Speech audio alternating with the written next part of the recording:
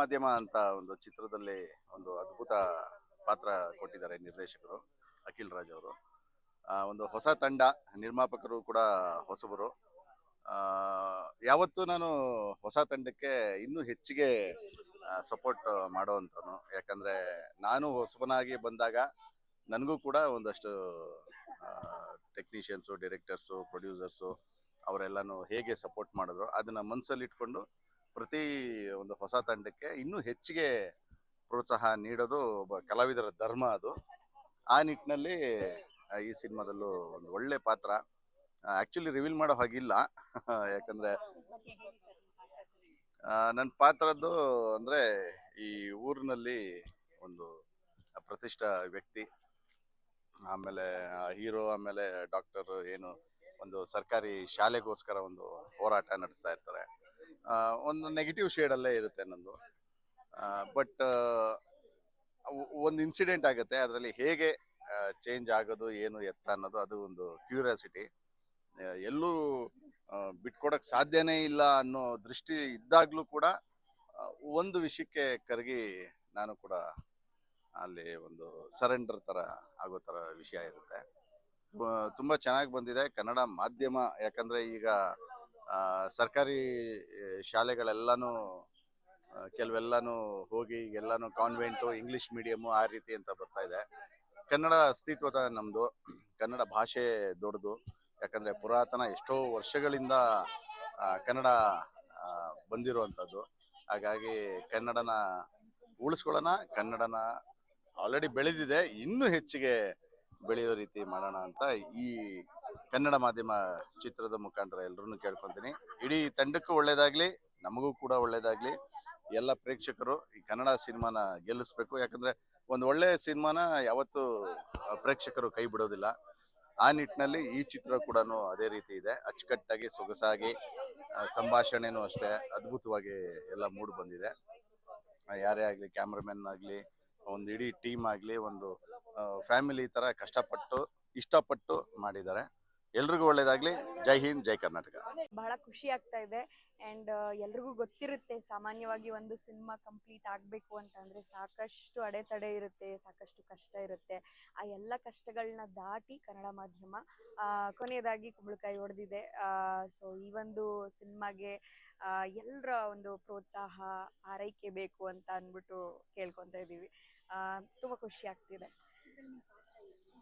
ಇದರಲ್ಲಿ ನನ್ನ ಪಾತ್ರ ಈ ಕನ್ನಡ ಮಾಧ್ಯಮ ಈ ಒಂದು ಸಿನಿಮಾದ ಮೇನ್ ಲೀಡ್ ಆಗಿ ಅಥವಾ ಮುಖ್ಯ ಹೀರೋ ಆಗಿ ಮಾಡ್ತಾ ಇರುವಂತಹ ಒಂದು ಮನು ಅನ್ನುವಂತಹ ಹುಡುಗನ ತಾಯಿ ಪಾತ್ರ. ಸೊ ಲೈಕ್ ಅವನ ಒಂದು ಲೈಫಲ್ಲಿ ತಾಯಿನೂ ಜೊತೆಯಾಗಿ ಇರ್ತಾಳೆ. ಅವಳು ಹೋದ್ರೂನು ಇದ್ರೂನು ಜೊತೆಯಾಗಿರ್ತಾಳೆ ಅಂತ ನನಗೆ ಕತೆ ಹೇಳ್ಬಿಡ್ತೀನಿ.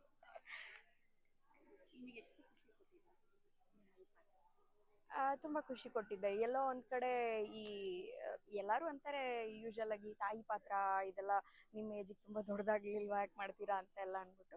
ಬಟ್ ಸ್ಟಿಲ್ ನಾವು ಕಲಾವಿದರು ಅಂತ ಅಂದಮೇಲೆ ಯಾವ ಪಾತ್ರ ಕೊಟ್ಟರು ಅದಕ್ಕೆ ಜೀವ ತುಂಬೋದಷ್ಟು ನಮ್ಮ ಕೆಲಸ.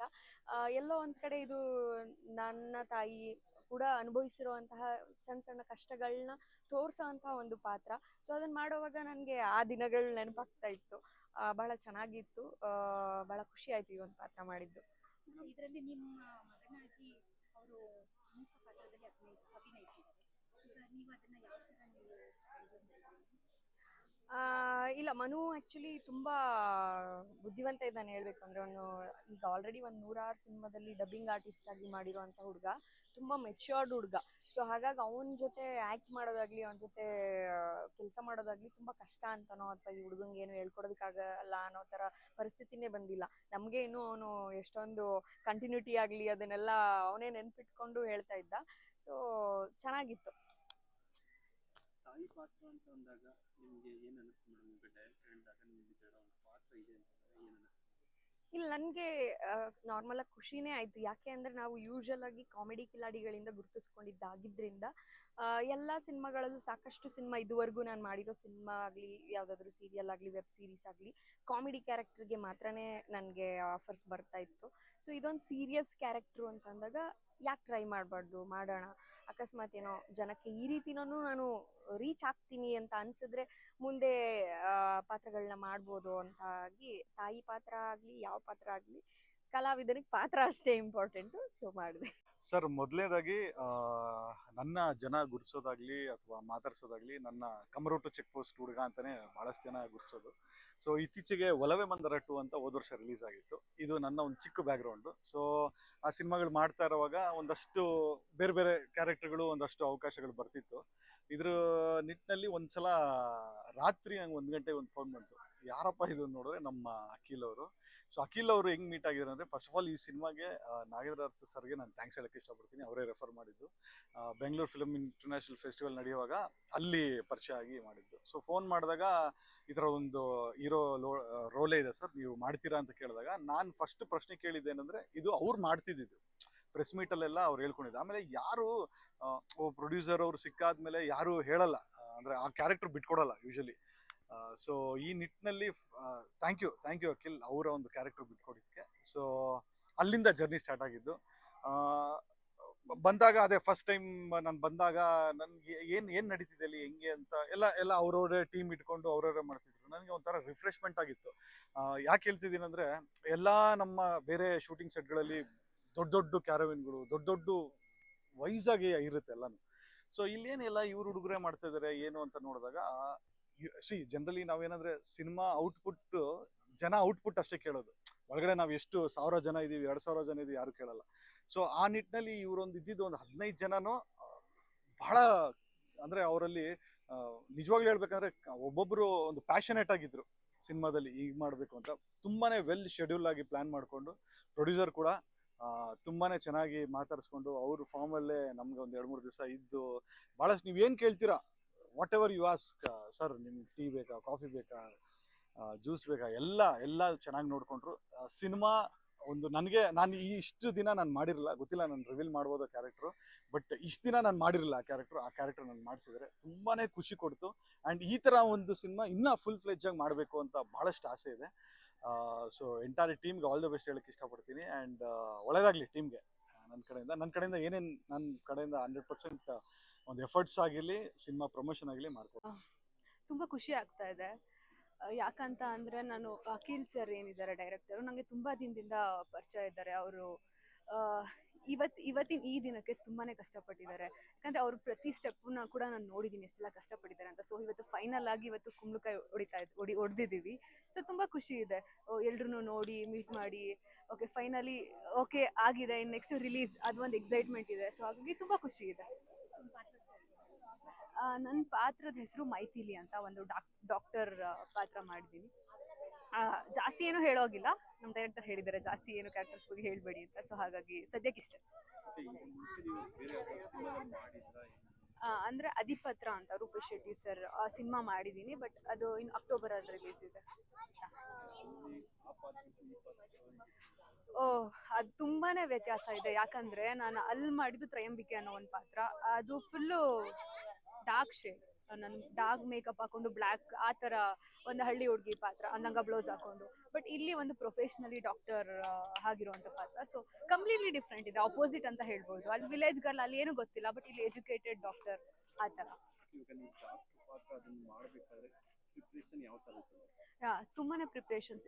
ಈ ಡಾಕ್ಟರ್ ಪಾತ್ರ ನೀವು ಬೇರೆ ರಿಯಲ್ ಲೈಫಲ್ಲಿ ನೋಡಿದಾಗ ಡಾಕ್ಟರ್ ಅಂತ ಅಂದ ತಕ್ಷಣ ಜಾಸ್ತಿ ಇಂಗ್ಲೀಷಲ್ಲಿ ಮಾತಾಡೋದು, ಕನ್ನಡ ಅಷ್ಟು ಗೊತ್ತಿರಲ್ಲ, ಆ ಥರ ಇರುತ್ತೆ. ಬಟ್ ಈ ಸಿನಿಮಾ ಅಂತ ಬಂದಾಗ, ಈ ಪಾತ್ರ ಅಂತ ಬಂದಾಗ, ಇಲ್ಲಿ ಡಾಕ್ಟರ್ ಹೇಗೆ ಅಂದರೆ ಅವಳಿಗೆ ಕನ್ನಡದ ಮೇಲೆ ತುಂಬ ಅಭಿಮಾನ ಇರುತ್ತೆ. ಅವಳು ಮಾತಾಡಬೇಕಾದ್ರೂ ಕೂಡ ತುಂಬ ಕನ್ನಡ ಪದಗಳನ್ನ ಬಳಸ್ತಾ ಇರ್ತಾಳೆ. ಸೊ ಹಾಗಾಗಿ ಒಂದು ಕನ್ನಡದ ಬಗ್ಗೆ ಅಭಿಮಾನ ಇರುವಂತಹ ಹುಡುಗಿಯಾಗಿ, ಸೊ ಅಂದರೆ ನಾನು ಕೂಡ ಎಷ್ಟೆಲ್ಲ ಕನ್ನಡ ಮಾತಾಡೋಕ್ಕೆ ದೊಡ್ಡ ಪದಗಳನ್ನ ಬಳಸೋದಿಕ್ಕೆ ಪ್ರಾಕ್ಟೀಸ್ ಮಾಡಿ ಸೊ ಆ ಪಾತ್ರನ ನಿಭಾಯಿಸಿದ್ದೀನಿ ಅಂತ ಹೇಳ್ಬೋದು.